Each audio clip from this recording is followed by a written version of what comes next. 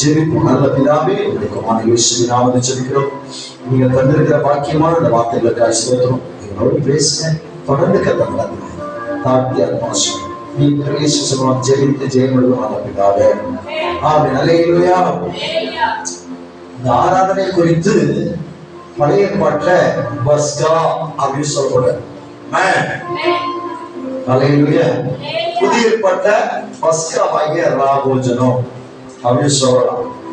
ஏன்னா நம்ம யோவான் சுவிசேஷம் 13ஆம் அதிகாரத்தை வாசிக்கும்போது பஸ்கா பண்டிகை வாஸ்தவமா இது ரொம்ப முக்கியமானது. ஏன் ஆசரிக்கப்பட்டது அப்படி என்றால், இஸ்ரவேல் ஜனங்கள் எகிப்தின் அடிமைத்தனத்திலிருந்து மீட்ட அந்த இரவு தானே இதை கர்த்தர் ஆசரிச்சார். அதனால கர்த்தரை மீட்ட நாளை நினைவு கூறுவது. யார் மீட்டது? இயேசுவே நம்மை மீட்டெடுத்தார். பாவத்திலிருந்து மீட்டெடுத்தார், சாபத்திலிருந்து மீட்டெடுத்தார், வியாதிகளிலிருந்து மீட்டெடுத்தார். இதை நினைவு கூறும் வண்ணமாய் அவர் வரும் அளவு இதை செய்யணும்னு சொல்லியிருக்கிறார். அதனால அவருடைய பிள்ளைகள் நாம புரிந்து கொள்ளணும். இதை கண்டிப்பா செய்யணும். இப்ப இந்த சாலேமின் ராஜாவா இருக்கிற மெல்கிசேதேக் அப்படிங்கிறவரு யாருக்கு அப்பமும் திராட்சரசமும் கொண்டு வந்து கொடுத்தாரா? ஆபிரகாம் காலையிலே தேவ வார்த்தை வந்துச்சு. இதே மூலிதான் வந்துச்சு. எனக்கு மகிழ்ச்சியா இருந்தது. ஜெயித்து வருகிற ஆபிரகாமுக்கு எதிர்கொண்டு போய் 5 ராஜாக்கள் ஜெயித்து வந்துருக்கிறார். அவன் ஜெயித்து வந்த ஆபிரகாமுக்கு மெல்கிசேதேக் அல்லது சாலேமின் ராஜா என்ன கொண்டு போனாரு? அப்பமும். ஏன் அப்பமும் திராட்சரசமும் கொண்டு போனா அப்படின்னா, யுத்தத்தை சீர்திருத்தி ஜெயிச்சுட்டு வர. யுத்தத்தை ஒரு களைப்பா இருப்பாங்களா? தெரியல. அவர் வர வழியில சோர்ந்து போயிடுவார் என்பதற்காக இவர் எதிர்கொண்டு போய் என்ன கொடுக்கிறாரு? அப்பமும் திராட்சரசம். அப்பத்தையும் திராட்சரசத்தையும் வாங்கி புசித்த அந்த ஆபிரகாம் தனக்கு கொண்டு வந்தவர்கள் எல்லாம் என்னது கொடுத்தாராம்? தசமமாக கொடுத்தாராம். அல்லேலூயா. நான் சொல்றேன், நீங்க விடாய்த்து போற நேரங்களில் ஆவியானவர் தேவையான அப்பத்தை தாரா, தேவையான திராட்சரசத்தை தாரா. அல்லேலூயா. என்ன சொல்றேன், நீ யுத்தத்துல ஜெயிக்க ஜெயிக்க ஜெயிக்க உனக்கு அப்பமும் உண்டு, திராட்சரசமும் உண்டு. இந்த மாசத்துல வாக்குத்தத்தம் சொன்னார்ல, யோவேல் 2:24, கள்ளங்கள் தானியத்தால் நிரம்பும், ஆலைகளில் திராட்சரசமும் எண்ணெயும் வழிகாடும். அங்கேயும் தானியம் தான் அப்பம் வருது. அல்லேலூயா. அப்பமும் திராட்சரசமும் தேவனுடைய பிள்ளைகளை பலப்படுத்துகிறது. அந்த அப்பம் தான் இங்க இருக்கிறது, அந்த திராட்சரசமா இங்க இருக்கிறது. இது இயேசுடைய சரீரத்துக்கு அப்பம் அடையாளமாகவும், இயேசுடைய ரத்தத்துக்கு திராட்சரசம் அடையாளமாகவும் வைக்கப்பட்டிருக்கிறது. ஆமென். அல்லேலூயா. இது சாதாரண அப்பம் அல்ல, இது சாதாரண திராட்சரசம் அல்ல, இது வெளியேறப்பட்டது. அல்லேலூயா. அவன் பிள்ளைகளுக்காக வசந்தாங்களே, அவன் பிதாக்கள் வனாந்தரத்துல மன்னாவை அப்பத்தை புசித்து மறைந்தார்கள். இந்த அப்பத்தை புசிக்கிறான் என்னைக்கு மறியாமல் இருக்கும்படி இது வானத்திலிருந்து இறங்கி வந்த அப்பம். அல்லேலூயா. அவன் அதனால சொன்னேன், இதை புசிக்கிறவனுக்கு மரணம் அல்ல, மகிமை உண்டு.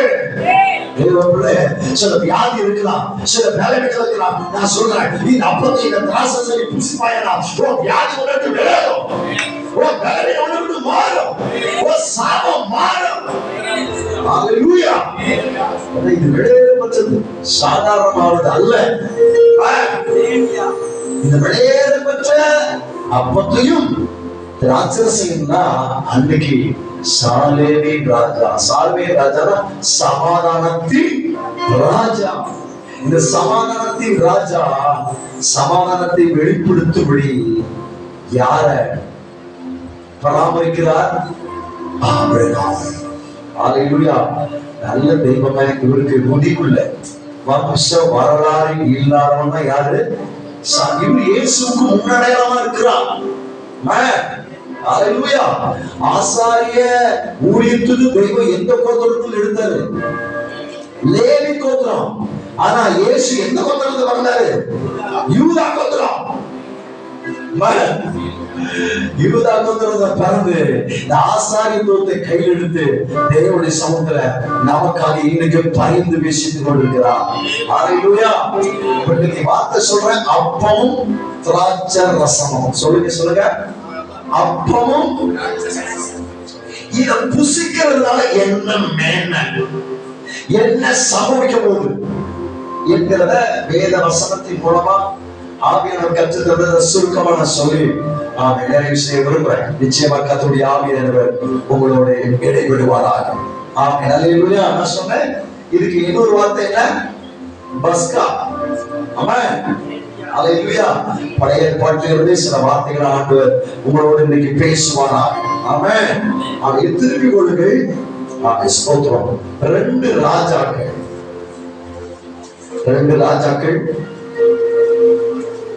18ஆம் அதிகாரம். 2 ராஜாக்கள் 18.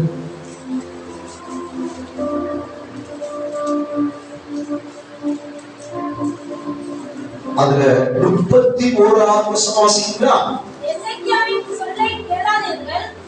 சனகரிப்பு எதிரிகள் வந்து யூதா ராஜாவையே எசேக்கியாவுக்கு விரோதமாய் பேசும்போது சொல்றாங்க, எசேக்கியாவின் சொல்லை கேளாதீர்கள். அசீரியா ராஜா சொல்லுகிறதாவது, நீங்கள் என்னோட ராசியாகி காணிக்கையோட என்னிடத்தில் வாருங்கள், நான் வந்து உங்களை உங்கள் தேசத்துக்கு ஒப்பான தானியமும் திராட்சை தோட்டமுள்ள தேசமும் அப்பமும் திராட்சை ரசமுள்ள தேசமும் ஒளிவு எண்ணெயும் தேனுள்ள தேசமாகிய சீமைக்கு அழைத்துக் கொண்டு போகும் அளவும் அவனவன் தன் திராட்சை செடியின் கனியையும் தன் அத்திமரத்தின் கனியை புசித்து அவனவன் தன் கிணற்றின் தண்ணீரை குடியுங்கள். இவ்விதமாய் நீங்கள் சாகாமல் பிழைப்பீர்கள். கர்த்தர் நம்மை தப்புவிப்பார் என்று உங்களை போதனை செய்ய எசேக்கியாவுக்கு செவிகொடாதிருங்கள். யாருக்கு செவிகொடாதுன்னு சொல்றான்? எசேக்கியா என்ன சொல்றானா? அது ஒரு வார்த்தை சொல்றாரு, அப்பமும் திராட்சை ரசமும் உள்ள தேசம் உங்களை அழைத்து கொண்டு போகிறாரு. அல்லேலூயா. நீங்கள் சாகாமல் பிழைப்பீர்கள். இது புசிச்சா சாகாமல் பிழைப்பீர்கள். இப்படி வஞ்சனையாய் போதனை செய்கிற எசேக்கியா சொல்ல நினைச்சாத கேட்காத என்று சொல்லி அங்கே அசீரியா ராஜா சொல்ல அனுப்பின ஜனங்கள் தலைவர்கள் வந்து நினைச்சாங்க, பேசுறாங்க. இங்க எசேக்கியா ராஜா சில பிரதானிகளை அனுப்பி இருக்கிறார். அவருக்கு மாறுதல் ஒன்றும் சொல்லல. வேதத்துல எசேக்கியா ராஜா ஒரு விசேஷமானவர். அவர் ராஜாத்துக்கு வந்த உடனே 25 வயசுல ராஜாவுக்கு வராரு. ராஜா பட்டத்துக்கு வந்த உடனே அவர் செஞ்ச காரியம், ஆலயத்தை பழுது பார்த்தான். பூர்த்தி கிடந்த ஆலயத்தை திறந்தா. நான் சொல்ற தேவனுடைய பிள்ளையை, ரட்சிக்கப்பட்ட அபிஷேகப்பட்ட ஞானசானம் பெற்றிருக்கிற தேவனுடைய பிள்ளையை, எந்த காரியம் பூட்டி வைத்திருக்கிறது? எந்த ஜெப ஆலயத்தை பூட்டக்கூடாது. உன் வாழ்க்கையில ஜெபம் தொடர்பு. இன்னைக்கு ஆலயத்தை தர. அல்லேலூயா. அது மட்டும் பழுது பார்த்தா சுத்திகரிப்பு உண்டாச்சு. ஆமென். அல்லேலூயா. இப்படி இந்த காரியங்கள் எல்லாம் செய்து கொண்டிருக்கும் போது அவர் எதை ஆரம்பிச்சார உடனே அவரை பத்தி வாசித்தா ரொம்ப அருமையா இருக்கும். பஸ்காவை ஆசரியுங்கள் என்று சொல்லி ஸ்தோத்திரம் அது ஆரம்பிச்சிட்டார். 2 நாளாகவும் 30ஆம் அதிகாரத்துல நீங்க வாசித்தீங்கன்னா அங்க சொல்லக்கூடிய 1 வாசிக்கலாமா? அதன் பின்பு இஸ்ரவேல் தேவனாகிய கர்த்தருக்கு பஸ்காவை ஆசரிக்கும்படி எருசலேமில் இருக்கிற கர்த்தருடைய ஆலயத்துக்கு வாருங்கள் என்று எசேக்கியா இஸ்ரவேல் யூதா எங்கும் ஆட்களை அனுப்பியதும் அன்றி எப்ராயிம் மனாசே கோத்திரங்களுக்கு நிருபங்களை எழுதி அனுப்பினார். பஸ்காவை 2ஆம் மாதத்தில் ஆசரிக்கும்படி ராஜாவும் அவருடைய பிரபுகளும் எருசலேமில் சபையார் யாவரும் யோசனை பண்ணி இருந்தார்கள். அல்லேலூயா. ஆண்டுடைய பிள்ளைகளுக்கு எது ரொம்ப முக்கியம்? பஸ்கா. ஹalleluya. இந்த பஸ்கா ஆசரிக்கிற நேரங்களில யார் வர்றா? எதிரிகள். இந்த காரியம் எப்படி உண்டாச்சு அப்படின்னா 2 நாளாகமும் 29 கடைசி வசனத்துல வாசிப்பீங்கன்னா, தேவன் ஜனத்தை ஆயத்தப்படுத்தினதை குறித்து எசேக்கியாவும் ஜனங்கள் எல்லாரும் சந்தோஷப்பட்டார்கள். இந்த காரியத்தை செய்யும்படியான யோசனை சடுதியா உண்டாயிற்று. நான் சொல்றேன், இது கர்த்தரால் உண்டானது. ஹalleluya. இன்னைக்கு ஞானஸ்நானம் பெற்றார்களே, நான் சொல்றேன் இது சடுதியா உண்டாச்சு. வசனம் அப்படிதான் சொல்லுது. இதை முழுக்கே தெரிவிச்சிருக்கலாமே, அப்படி பண்ணிருக்கலாமே, அதெல்லாம் எங்க யோசனை இருந்திருக்கலாம். ஆனா இந்த காரியத்தை செய்யும்படியான யோசனை சடுதியா உண்டாயிற்று. ஏன் சடுதியா உண்டாயிற்று? தேவன் முன்குறித்தது.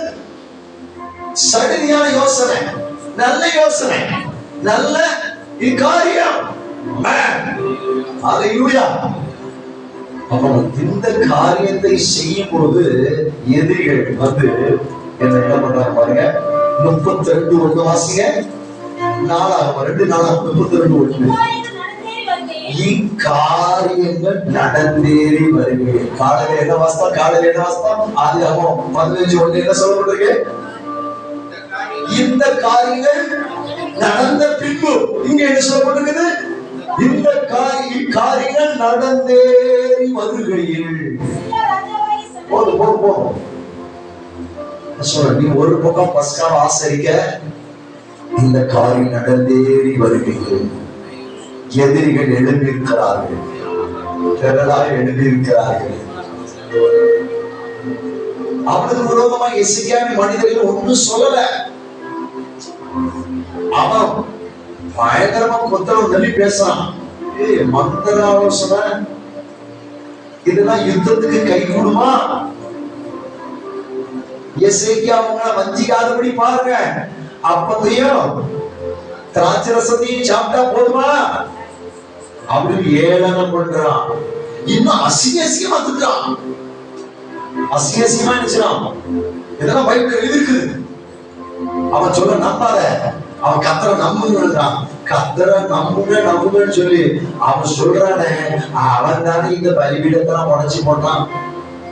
அப்ப இவன் வந்த உடனே என்ன பண்ணா? சில பலிபீடங்கள் உடைச்சான்.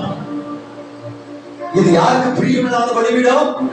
கர்த்தருக்கு பிரியமில்லாத. நான் சொல்றேன், உனக்கு தேவனுக்கு பிரியமில்லாத காரியத்தை உடைச்சு போடு. அது சிலருக்கு வித்தியாசமா தெரியலாம்.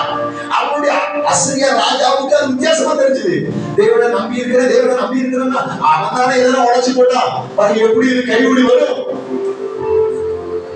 பாரு. அந்த நாடு அவன் எவ்வளவு பெரிய ராஜா. எனக்கு முன்னாடி நிற்க முடிச்சுதா? அந்த தேவர்கள் நிற்க முடிச்சுதா? இந்த தேவர்கள் நிற்க முடிச்சுதா? அந்த அவனை பாரு. இப்படி எடுத்துக்காட்டா பலரையும் சுட்டி காமிக்கிறான். சுத்தி காமிச்சு இன்னும் கொஞ்சம் கூட அதிகமா பேசுறவனை விழிச்சு அமரல. இந்த ஜனம் எப்படிப்பட்ட ஜனம்? பஸ்காவை ஆசிரியர். நான் சொல்றேன், பொல்லாத காரியங்களை எதிர்த்து நிற்காத. உனக்கு விரோதமாய் கொத்தனை போட்டு அசிங்கமா திட்டலாம். பஸ்காவை ஆசிரியர் தானவே நீ நினைச்சு வேண எழுப்பாத. அவங்களுக்கு விரோதமா நீ எழுப்பாட்டா. ஒரு காரியம் செய்யலாம். கேசப்பா, எங்களை பாதுகாத்து விடுங்கப்பா, எங்களை நோக்கி பாதுகாப்பா. எதிரிகள் எவ்வளவாய் பெருகி இருக்கிறார்கள். தாவீது சொன்னது போல, எதிரிகள் எவ்வளவாய் பெருகிவிட்டன, எத்தெழுவோர் எத்துணை மிகுந்து விட்டன, ஆனாலும் சோர்ந்து போவதில்லை, தளர்ந்து விடுவதில்லை.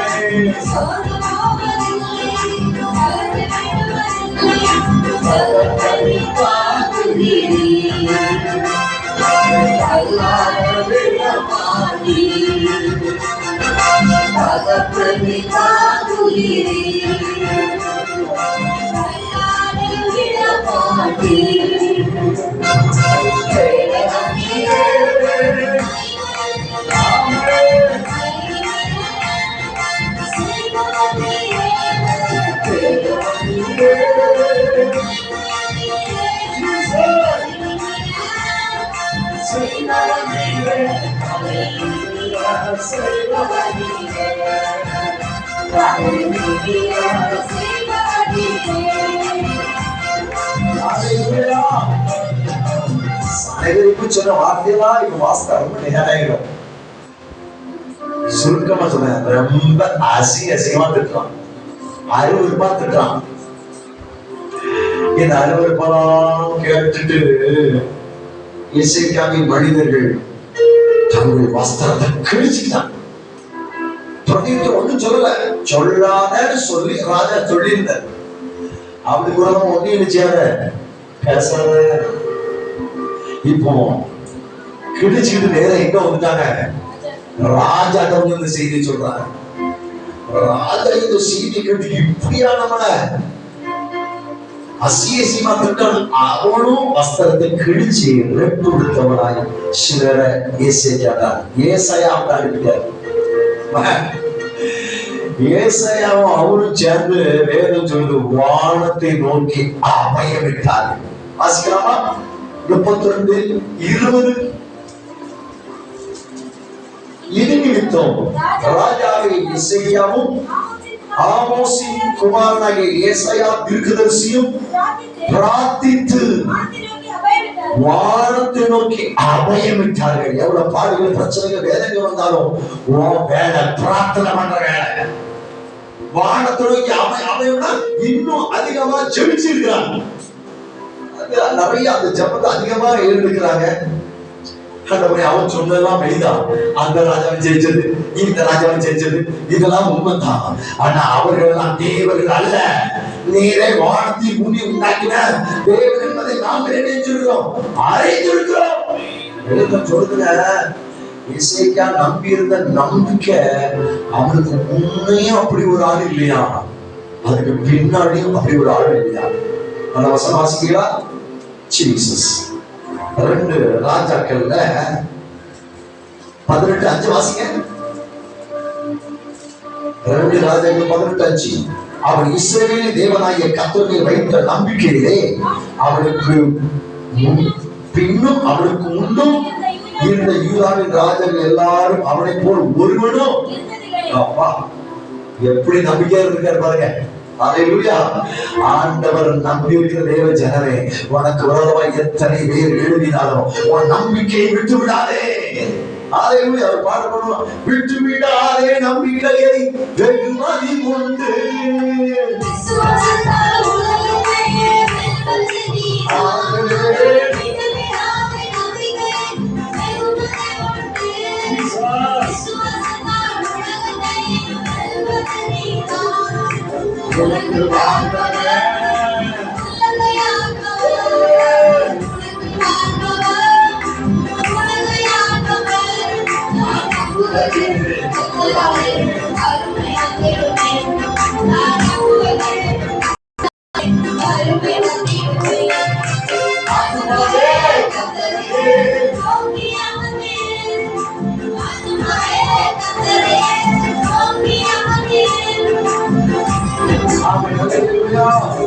ஏசாயா 37:15 வாசிக்க ஆரம்பிச்சீங்கன்னா 2 பேரும் ஜெபித்த ஜெபங்கள் இருக்குதா, ஆழ்ந்து நோக்கி அபயமிட்டது.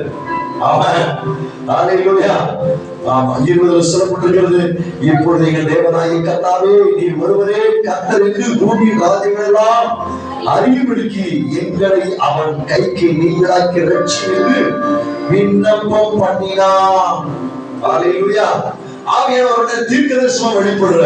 நான் சொல்றேன், இந்த அப்பத்தையும் திராட்சரசத்தையும் புசிக்கிற தேவ ஜனமே, உன் விண்ணப்பம் இன்னும் அதிகமாகட்டும். ஆமென். விண்ணப்பம் ஜெபம் அதிகமாயிட்டுனா ஆண்டவர் சொல்ற வார்த்தை என்ன தெரியுமா? 35 சொல்றாரு, என் நிமித்தமும் என் தாசனாகிய தாவீது நிமித்தமும் நான் இந்த நகரத்தை ரட்சிக்கும்படிக்கு இதற்கு ஆதரவா இருப்பேன் என்பதை கர்த்தர் உரைக்கிறார் என்று சொல்லி எடுக்கிறாங்க. தீர்க்கதரிசனமா சொல்றாரு, இந்த ராபோஜனத்துல ஐக்கியப்படுகிற தேவ பிள்ளையே, உனக்கு உன் குடும்பத்துக்கு கர்த்தர் ஆதரவா இருக்கிறார். ஆதரவா இருக்கிறான். உனக்கு ஆதரவே நினைக்காத, கர்த்தர் உனக்கு ஆதரவா இருக்கிறான். கர்த்தருடைய கரம் உனக்கு ஆதரவா இருக்கிறது. ஹல்லேலூயா. அதோட விட்டாரா? கர்த்தர் ஆதரவு. கர்த்தர் சாதாரணமானவரா? சேனைகளின் கர்த்தர். அவர் வந்த சாதாரணமா வர மாட்டாரு. அவரோடு கூட ஒரு சேனை வருகிறது. அவன் யாரு சொல்றாரு? கர்த்தருடைய பிள்ளைகள், நான் உன் கூட இருக்கிறேன். நான் கூட இருப்பனா நான் மட்டும் அல்ல, என்னோடு கூட ஒரு பெரிய சேனை இருக்கிறது. ஹல்லேலூயா. நான் நம்புறேன், ஆதாரமா இருக்கிற ஆண்டுடைய பிள்ளைக்கு கர்த்தர் கட்டளையிட்டா ஒரு தூதம் வருவான். இந்த எசேக்கியாவுக்கு ஒரு தூதம் வந்தான். அவன் ஒரு தூதம் வந்து என்ன பண்ணான் தெரியுமா? அசீரியா ராஜாவின் பாளையத்துக்குள்ள போய் அன்றைக்கு ராத்திரியே ஒரு தூதனுடைய கெப்பாசிட்டி என்ன தெரியுமா? 1,85,000 பேரை சங்கரித்தான். இந்த ராமோஜன ஆராதனை பங்குகிற தேவ பிள்ளையே, உனக்காய் கர்த்தர் தூதரை அனுப்புவார். உன் காரியம் ஜெயமாய் மாறும். உனக்கு வெற்றியாய் மாறும். உனக்கு விரோதமாய் உருவாக்கப்படுகிற இந்த ஆயுதமும் வாய்க்காதே போகும்படி தூதரை அனுப்பி செயல்படுவான். அப்படியே அதை வாசிக்கலாமா? அந்த ராத்திரி அவன் அஸ்ரியரின் பாளையத்தில் 1,85,000 பேரை சங்கரித்தான். அதிகாலமே எழுந்திருக்கும் போது இதோ அவர்கள் எல்லாரும் செத்த பிரேதங்களாய் கிடந்தார். நான் சொல்றேன், அப்பத்தையும் திராட்சரசத்தை புசிக்கிற தேவ ஜனமே, உனக்கு உன் கூட தூதம் வர எத்தனை பேர் நம்புறீங்க? இது தீர்க்கதரிசன சத்தம். நிச்சயமா சொல்றேன், உன் கூட இது சாதாரண ஆராதனை அல்ல. உன் கூட இதுல பங்கெடுக்கிற தேவ பிள்ளை, உன் கூட ஒரு தூதன் கத்த வர்றாங்க. உனக்கு விரோதமா எந்த ஆயுதமும் வாய்க்காத, எந்த ஆவியும் நிற்க முடியாது, எந்த ராஜாக்கள் நிற்க முடியாது. நீயும் ஒண்ணும் செய்யணும். ஆனா உன் கூட இருக்கிற தெய்வம், சர்வ வல்லவன தெய்வம் ஒரு தூதருக்கு கட்டளையிடுவார். 1,85,000 பேரை சங்கரிக்கிற பவர் அவனுக்கு உண்டு. நான் சொல்றேன், இந்த ராவே இந்த தூதனை உங்க கண்ணு காணல, என் கண்ணு காணட்டும். அவன் ஹல்லேலூயா. நான் சொல்றேன், இந்த அப்பத்தை புசிக்கணும், கண் திறக்கப்படும். எசேக்கியாவுக்கு கண் திறக்கப்படுவது போல அவன் இஸ்ரவேலின் கண்ணை கர்த்தர் திறக்க போகிறார். அவன் சத்தியங்களை அறிய போகிறார். இயேசு அறிய போகிறார். தேவனுடைய தூதன் அறிய போகிறார். கர்த்தர் இதை செய்ய போகிறார். அப்படிங்களா? ஆமென். ஹல்லேலூயா. இது சாதாரண அப்பம் அல்ல, இது பரிசுத்தம். உனக்கு ஆதரவாக இருப்பேங்கிற உனக்காக தூதருக்கு கட்டளையிடுவார். அவர்கள் உன்னை தங்கள் கைகளில் ஏந்தி கொண்டு போவார்கள். உன் பாதம் நிச்சயமா கல்லில் இடராதபடி, உன் பாதம் கல்லில் இடராதபடி அவர்கள் தங்கள் கைகளில் ஏந்தி கொண்டு போவார்கள். ஹல்லேலூயா. அப்ப உனக்கு ஆதரவு யாரு? அவன். உனக்கு துணை யாரு? தூது தூது. உண்மைதானே நான் சொல்றது? இங்க இருக்கிறாரா இல்லையா? அப்ப பயம் அவனுக்கு சந்தோஷமா இருக்கு, சந்தோஷமா இருக்கு. ஹல்லேலூயா. ஏன்னா நீ பரலோகத்தில் தேவனுடைய வாக்கியத்தை அனுபவிக்க போற, பரலோகத்துல பிரவேசிக்க போற, அந்த இடத்துல இருக்கிற சகல பரிசுத்தவானை பார்க்க போற. எத்தனை பேர் நான் கேட்கிறேன், பரிசுத்தவான்களை பார்க்க ஆசையா இருக்கு? நிச்சயம் பார்ப்பீங்க. ஆமென். ஹல்லேலூயா. பாடல சங்கீதக்காரன் கவிதை காப்பேன் பாட சொல்லி கேட்டேன். சங்கீதக்காரன்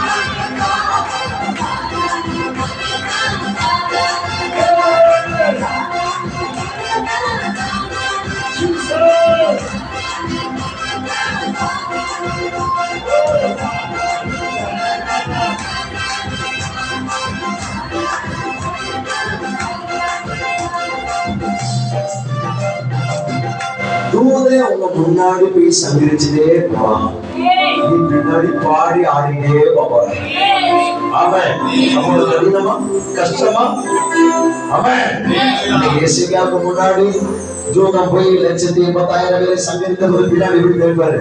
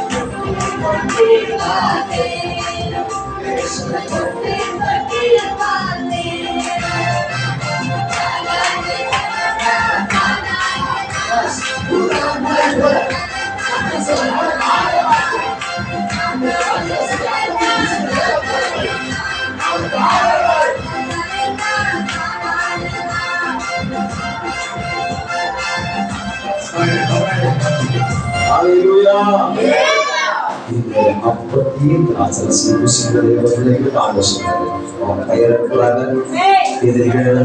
நான் உனக்கு ஆதரவா இருக்கிறேன், என் தூதன் உனக்கு துணையா இருக்கிறார். அல்லேலூயா. ஜெபம் அதிகமாகட்டும். ஆண்டவர் உனக்காய் மகிமையானவை நடந்துக்க போகிறார். இருக்கிற சத்தம் சாதாரண என்னன்னா தூதர்களை பார்க்க போறீங்க. அவன் உங்களுக்காக யுத்தம் பண்ணுகிற தூதர்களை இது எப்படி நடந்தது ஆச்சரியப்படுவீங்க. இது நீங்க செஞ்சதில்ல, நீங்க செஞ்சது இந்த ஆதரவு ஆக்கியப்பட்டீங்க. அவ்வளவுதான் உனக்காக கர்த்தர் யுத்தம் பண்ணார். ஆமென். அல்லேலூயா. ஆண்டவர் வார்த்தை சொல்லி உங்களை ப்ளஸ் பண்றேன். கர்த்தரை ஆசீர்வதிப்பார். இன்னைக்கு கர்த்தருடைய ஆவியை சொல்றாரு, உன் தலை உயர்த்தப்படும், உன் தலை உயர்த்தப்படும், உன் தலை உயர்த்தப்படும், உன் தலை உயர்த்தப்படும். உனக்கு துணையாளராய் பரிசுத்த ஆவியானவர் இருக்கிறார். நீ ஏறி போகும்படி, தேவ சித்தத்தை செய்யும்படி பரிசுத்த ஆவியானவர் கரம் கொடுக்கிறாரு.